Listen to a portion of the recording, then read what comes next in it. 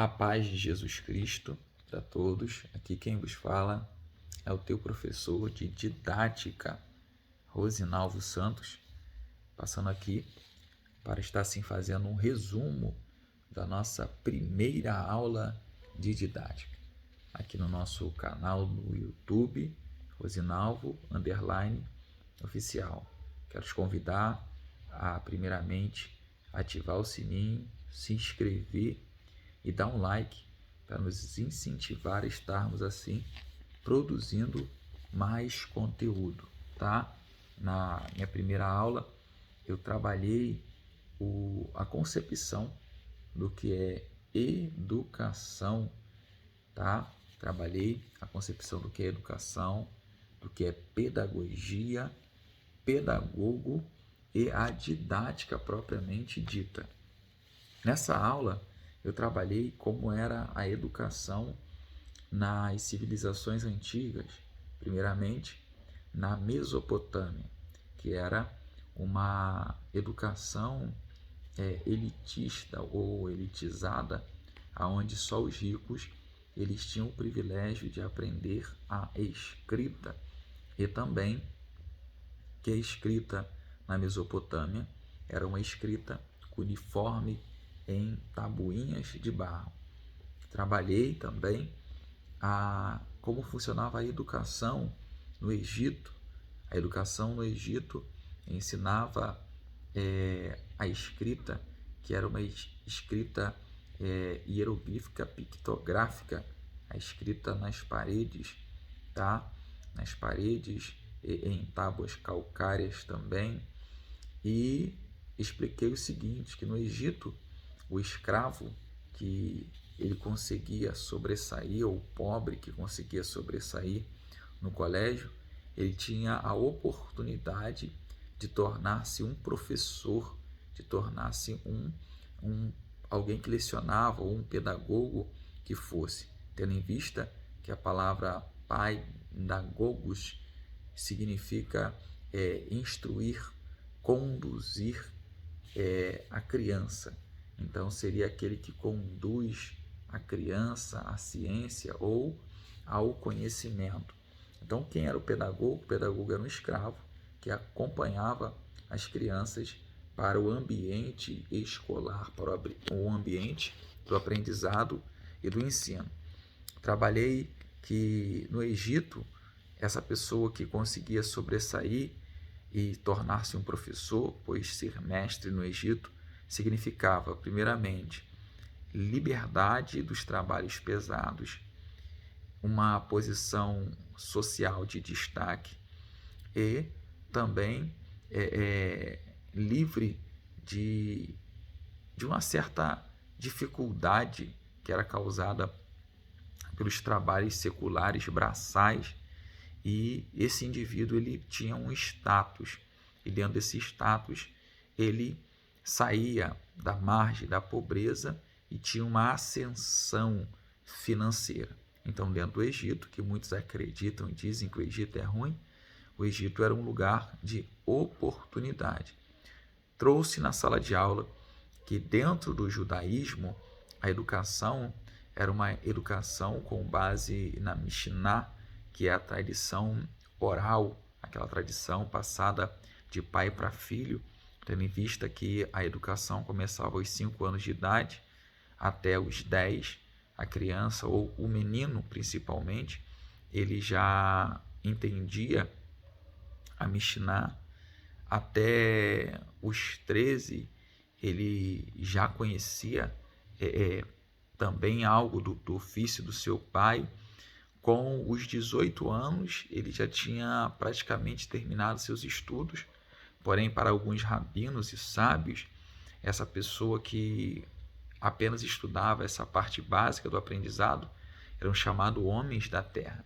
E esses homens da terra, eles não conseguiam chegar a mestres, pois aquele que continuava estudando até os 22 anos era chamado já de rabi, mas tinha que continuar dentro do aprendizado.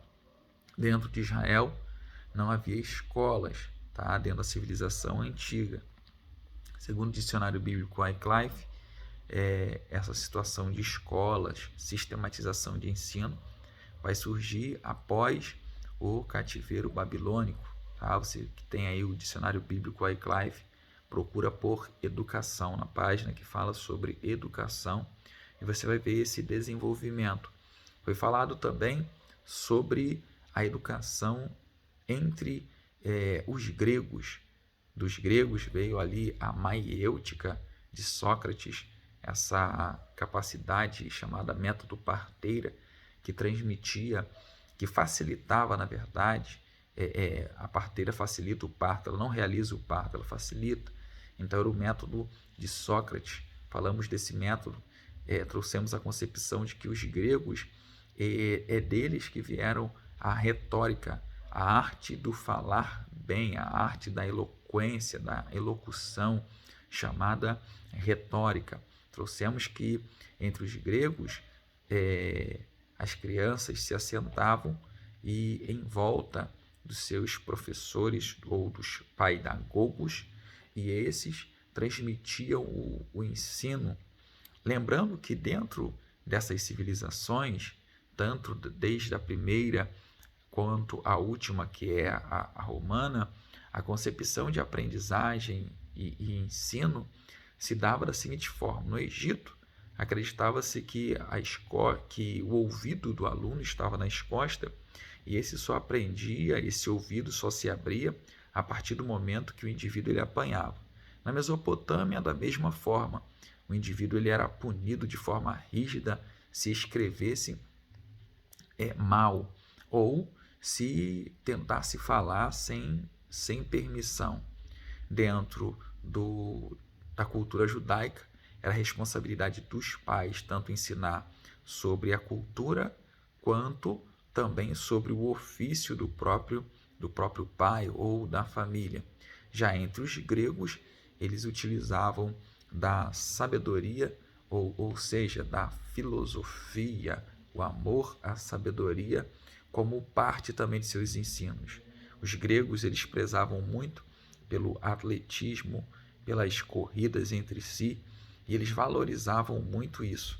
Era parte do seu aprendizado, do seu ensino, essa vida de atletismo, de belas artes, eles eram voltados para essa parte. Já os romanos, eles copiam muito dos gregos, porque o helenismo de Alexandre o Grande, no século IV, aproximadamente, anticristo, ele teve uma grande eficácia. Então, os romanos, eles vão copiar muito os gregos. Dos romanos veio o latim, e do latim vai originar-se aproximadamente, se não me falha a memória, 16 idiomas, tendo por um dos seus últimos a língua portuguesa, ou seja, o português do Brasil, tendo em vista que temos o português de Portugal, o português de Moçambique, entre outros lugares.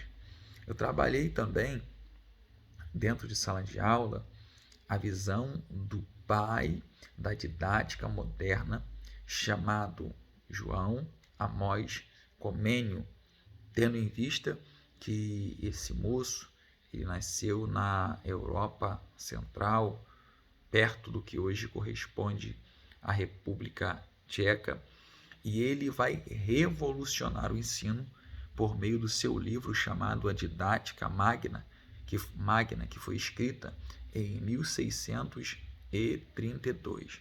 Comênio nasceu em 1592 e veio falecer em 1670, vivendo aí aproximadamente 78 anos.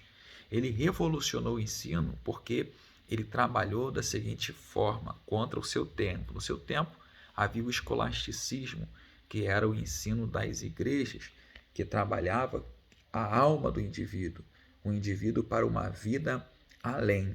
E dentro dessa concepção da vida além, Comênio ele vai andar na contramão. Não podemos ver a obra de Comênio de uma forma crítica radical, porque, na verdade, Comênio é um clássico da literatura, tendo em vista que ele vai estar trabalhando ali entre o final a queda de Constantinopla e o início da Revolução Francesa. Então, Comênio ele vai se destacar porque ele vai trazer uma metodologia aonde que vai contrariar o escolasticismo. Como que ele contraria? O escolasticismo trabalhava a alma do indivíduo, como eu já falei. Mas Comênio ele vai trazer a ideia da escola nova. O que era a escola nova? O professor ensinava menos e o aluno aprendia mais. E dentro dessa aplicação de ensinar menos e aprender mais, Comênio vai trazer a ideia de que o aluno ele aprende a partir do momento que ele pratica e que ele interage.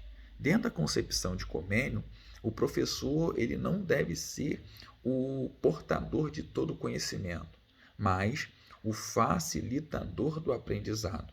É uma técnica, é uma metodologia, é um princípio ainda hoje utilizado e vislumbrado pela nossa civilização. Se nós colocarmos na prática, existem pontos na ideia de Comênio que hoje pode ser criticado, mas não podemos fazer um anacronismo, ou seja, fora do tempo, agir fora do tempo e tentar desprezar a ideia do mesmo, pois foi muito eficaz para o tempo a qual estava inserido e para a cultura a qual ele estava. Não podemos esquecer que de Comênio veio a concepção, a ideia de que é possível, é puramente, claramente possível, ensinar tudo para todos. Comênio vai trazer a concepção de que é possível colocar, andar junto, a fé e a razão. Ele trouxe que o professor ele não deve ser alguém que traz um monte de informação e enche a cabeça do aluno com um monte de informação. Não. Ele traz a ideia de que só se passa para um outro ponto do estudo quando se termina um ponto anterior, sendo uma parte por vez, uma coisa por vez. E cada aluno aprende dentro do seu próprio tempo. Ele vai trazer que o professor deve estudar como ensinar. Por isso que ele vai ser chamado pai da didática moderna, que ele vai trazer a arte de ensinar. O que é a arte de ensinar? É o didático que vai se dividir em duas partes, o ensino e a aprendizagem. Mas quando que o professor ele ensina bem? Quando ele cria métodos para isso. E dentro desses métodos, o professor ele consegue ser eficiente a partir do momento que ele coloca no seu ensino alvos, princípios, metodologias. E dentro dessa metodologia, ele entende qual é a necessidade da sua classe, qual é a precisão da sua turma, o que a tua turma anseia. Comênio ele era da Morávia, na Europa Central, o que hoje, como eu já disse, corresponde à República Tcheca, e ele está inserido dentro de um tempo que o ensino ele era puramente voltado para trabalhar a alma.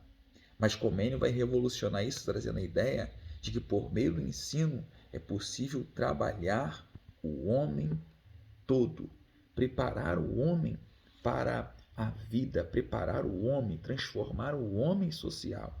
Então, a necessidade de nós estudarmos didática é a necessidade de entendermos os métodos de ensino e aprendizagem e entender que a etimologia da palavra ela denota a arte de ensinar. É bem verdade que existem pessoas que ela tem facilidade de ensinar, ela tem uma aptidão para poder ensinar. Porém, a didática também é uma metodologia, também são técnicas.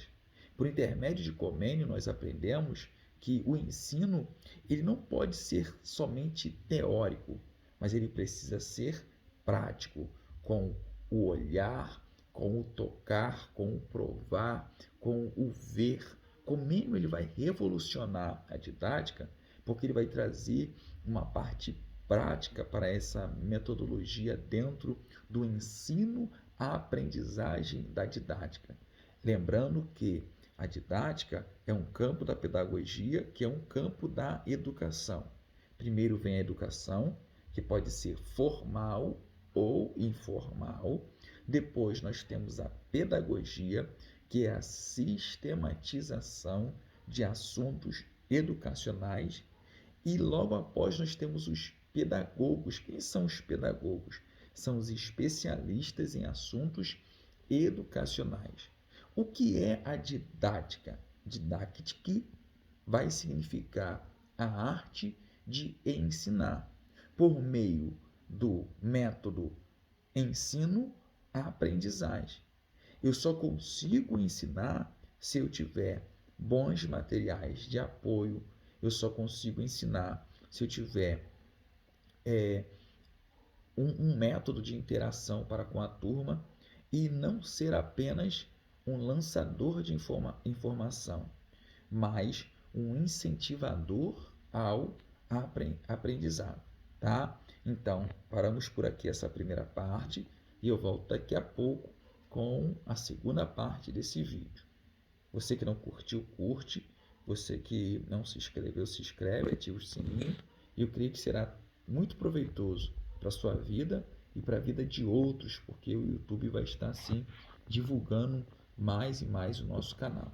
Fica conosco, porque eu já volto com a nossa segunda parte, ok?